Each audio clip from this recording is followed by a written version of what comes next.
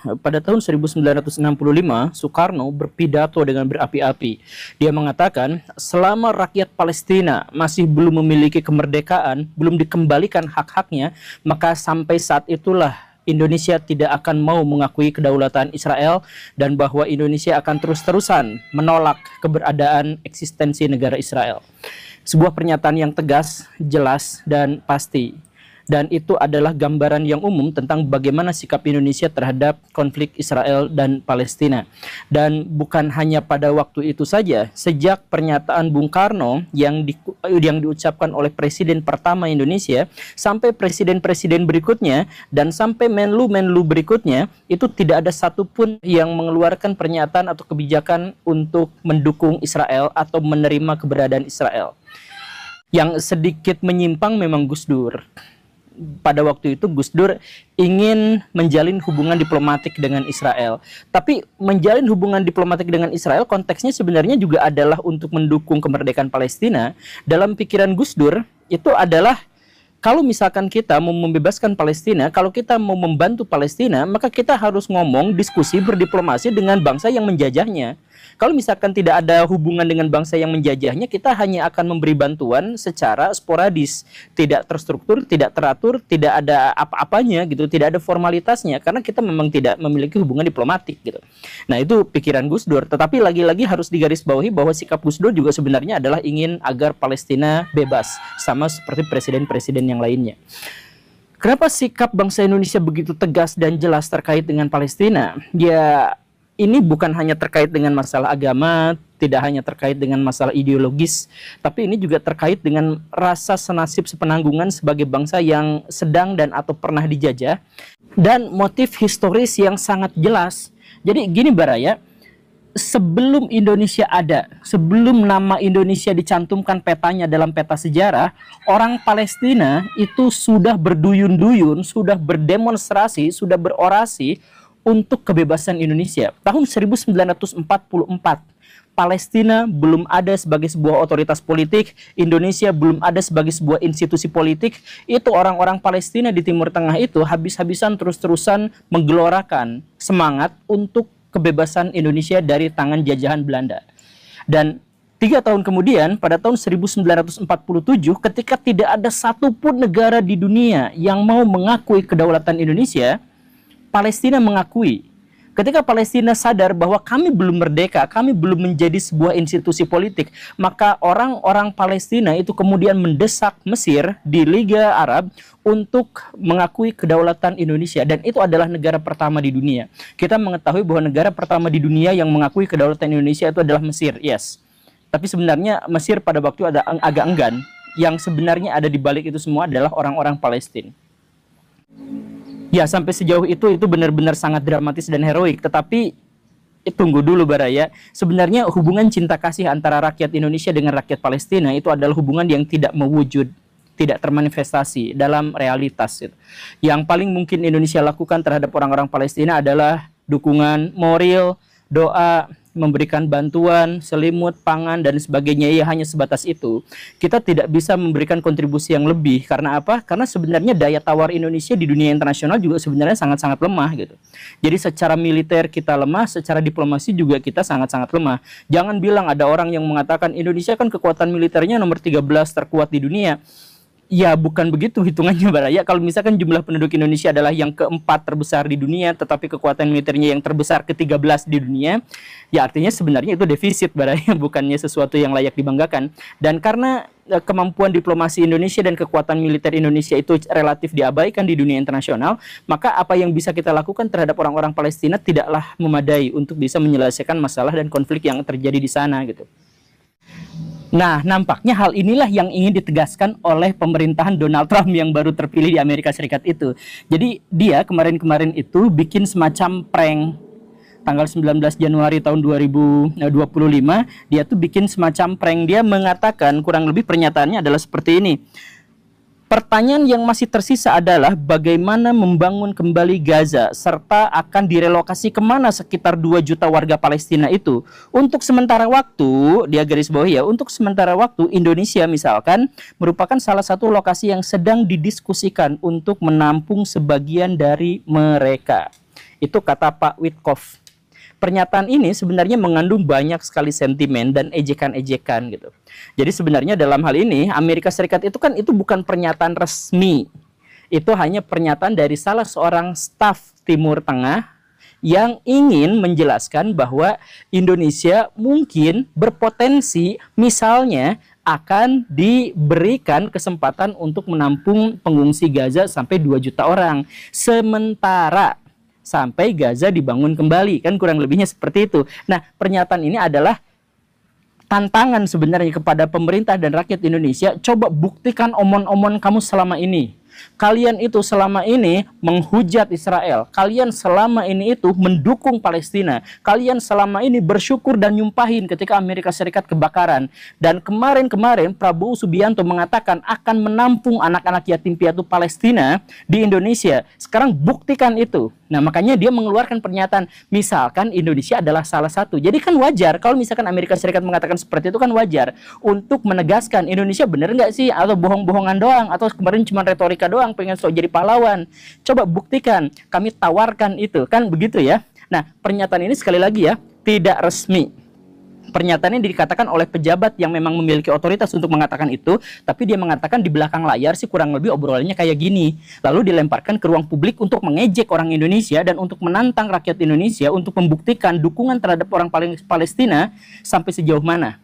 Mau nggak menerima 2 juta pengungsi orang Palestina? Saya kasih nih, kata Amerika Serikat kan gitu kurang lebihnya. Nah, saya dalam hal ini menjadi sangat kecewa ketika Kementerian Luar Negeri Indonesia akhirnya mengeluarkan sebuah pernyataan resmi. Apa pernyataan resminya? Nih, begini ya. Pemerintah RI tidak pernah memperoleh informasi apapun dari siapapun maupun rencana apapun terkait relokasi sebagian dari 2 juta penduduk Gaza ke Indonesia sebagai salah satu bagian dari upaya rekonstruksi pasca konflik. Pemerintah menghindari berspekulasi tentang isu tersebut tanpa adanya informasi yang lebih jelas. Kemudian Indonesia tetap tegas dengan posisi segala upaya untuk memindahkan warga Gaza tidak dapat diterima. Upaya untuk mengurangi penduduk Gaza hanya akan mempertahankan pendudukan ilegal Israel atas Palestina dan sejalan dengan strategi yang lebih besar yang bertujuan untuk mengusir orang Palestina dari Gaza. Seterusnya begitu ya. Nah, ini pernyataannya resmi, tegas, jelas dari pemerintah Republik Indonesia melalui Kementerian Luar Negerinya. Tapi ini benar-benar memalukan dan bagi saya ini mengecewakan. Kenapa seperti itu? Ini kan ada kalimatnya. Pemerintah tidak pernah mendapatkan berita resmi. Kalau memang tidak pernah mendapatkan berita resmi dan memang tidak pernah ada berita resmi terkait dengan hal ini, lalu kenapa mengeluarkan pernyataan resmi untuk bereaksi atasnya? Kan Amerika Serikat ya tadi itu, dia tuh hanya ngejek, dia tuh hanya ngetes, coba Indonesia yang selama ini omon-omon dukung Palestina, mau nggak saya kasih 2 juta gitu. Itu kan nggak resmi, itu di belakang layar, itu baru kemungkinan. Ya, pernyataan itu langsung dibalas dengan pernyataan resmi. Dan selain resmi, pernyataannya tegas. Aneh, ini pemerintah Indonesia menghindari spekulasi soal isu itu. Itu katanya dia bilang menghindari spekulasi. Kalau dia memang benar-benar menghindari spekulasi, ngapain juga di komen secara resmi? Dan ngapain juga mengeluarkan pernyataan tegas bahwa kami menolak? Kan dia bilang, saya tidak tahu, tidak terima ini dan kami menolak untuk spekulasi. Tapi kenapa langsung mengeluarkan pernyataan resmi dan mengeluarkan sesuatu yang tegas? Ini gimana ceritanya? Jadi kalau misalkan Baraya, misalkan ada dalam suasana spekulasi, misalkan ya spekulasinya judi gitu. Di tempat judi itu Baraya bilang, saya tidak mau berspekulasi. Ya jangan judi gitu. Kalau jangan judi ya jangan ke tempat itu gitu. Kalau misalkan saya tidak mau berspekulasi, tapi kalimat berikutnya, kami dengan tegas menolak hal itu. Itu kan baru spekulasi, baru isu, katanya nggak mau, tapi malah diterima juga.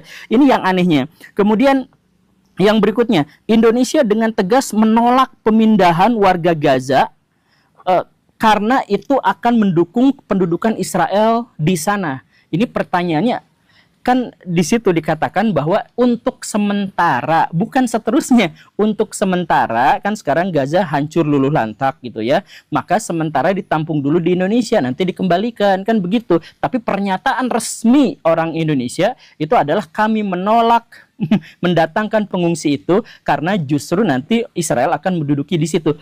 Ya kan berarti benar-benar ini apa ya, saya mohon maaf ya, ini kan pernyataan resmi pemerintah Indonesia melalui Kementerian Luar Negeri.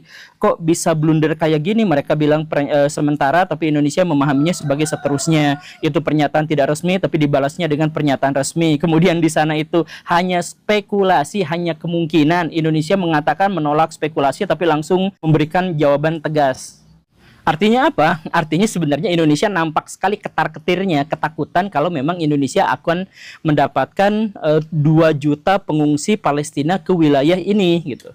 Saya yakin sih itu sebenarnya di baliknya itu adalah Indonesia ketar-ketir dan ketakutan gitu. Dan ini artinya apa? Membuktikan ejekan Amerika Serikat selama ini itu benar, bahwa orang Indonesia itu dukung Palestina, anti Israel dan sebagainya, tapi cuma omon-omon aja karena dia tidak memiliki kemampuan diplomatik yang memadai dan tidak memiliki kekuatan militer yang pasti untuk bisa mengatasi konflik di Timur Tengah. Kan begitu. Ya, shalom teman-teman semua. Terima kasih sudah menonton video ini, dan itulah yang merupakan komentar dari seorang guru gembul terkait statement kemarin dari negara Amerika yang dimana mereka menawarkan kepada Indonesia agar penduduk Gaza itu sekitar jumlahnya 2 juta orang teman-teman itu bisa ditampung oleh Indonesia atau dibawa ke Indonesia. Dan pernyataan itu sebenarnya tidak resmi teman-teman ya, dan itu merupakan ejekan seperti yang disampaikan oleh guru gembul. Amerika sedang menguji Indonesia, apakah Indonesia ini benar-benar membela Palestina, khususnya warga Gaza, atau hanya omon-omon saja. Maka dengan itu mereka mengujinya dengan satu statement yang itu pun tidak resmi seperti yang disampaikan oleh guru gembul tadi. Itu tidak resmi sama sekali teman-teman. Dan kemudian ada tanggapan komentar dari Indonesia sendiri, malah mereka menanggapinya secara resmi pula teman-teman ya. Nah, jadi artinya teman-teman, kita lihat tadi apa yang disampaikan oleh guru gembul, bahwa memang Indonesia belum siap menampung penduduk Gaza yang sebanyak itu, sekitar 2 juta orang teman-teman. Ya tentu saja teman-teman ya, bagi mereka kemarin yang teriak-teriak bela Palestina, yang keluar-keluar kemarin sampai demo dan lain sebagainya, apakah mereka siap membuka rumahnya untuk warga Palestina atau penduduk Gaza? Atau bagaimana teman-teman ya? Tentu saja mereka pasti tidak siap. Nah, jadi itu artinya teman-teman, pembelaan-pembelaan seperti itu hanya omon-omon doang teman-teman ya. Nah, jadi artinya teman-teman, marilah kita sekedar membela secara kemanusiaan, kita prihatin dengan apa yang terjadi di Timur Tengah. Kita membela mereka dalam doa kita membela mereka secara finansial juga kalau memang perlu, tapi jangan berlebihan sampai membawa-bawa nama agama, membawa-bawa nama Tuhan. Dan kita juga melihat mereka ada kelompok-kelompok tertentu yang berlaku atau bertindak anarkis teman-teman ya, sampai boykot-boykot yang berhubungan dengan produk Israel dan lain sebagainya. Mereka haram-haramkan itu, dan kemudian ada beberapa toko kemarin yang mereka katakan itu haram, itu produk Israel, kita harus boykot, sampai mereka demo, memecahkan kaca dan lain sebagainya teman-teman ya. Mereka berlaku bertindak anarkis teman-teman. Nah, jadi artinya teman-teman, kalau memang benar-benar dari hatimu yang paling dalam untuk membela warga Gaza karena saudara seimanmu, maka tampunglah mereka di rumahmu. Nah, apakah kamu siap menampung mereka yang jumlahnya 2 juta itu? Nah, kalau tidak siap, itu artinya kamu membelanya hanya omon-omon, hanya sekedar di kata-kata saja, hanya sekedar di bibir saja, teman-teman. Artinya lain di bibir, lain di hati. Nah, jadi itu saja yang perlu saya sampaikan kepada kita semua. Mari kita lebih lagi menjadi negara yang berpikir lebih cerdas. Mari kita menjadi masyarakat warga Indonesia yang benar-benar melihat bagaimana perkembangan zaman sekarang, perkembangan dunia, ekonomi, teknologi, teman-teman. Jangan sampai kita menjadi seperti katak dalam tempurung yang tidak bisa melihat dunia luar, teman-teman. Mari kita berpikir positif. Apa yang terjadi di Timur Tengah itu bukanlah soal agama ya, bukan masalah agama, tetapi itu perebutan wilayah. Tetapi di negara kita itu diheboh-hebohkan itu seolah-olah itu perang agama. Nah teman-teman, itu saja yang perlu saya sampaikan. Kiranya Tuhan Yesus memberkati kita semua. Shalom.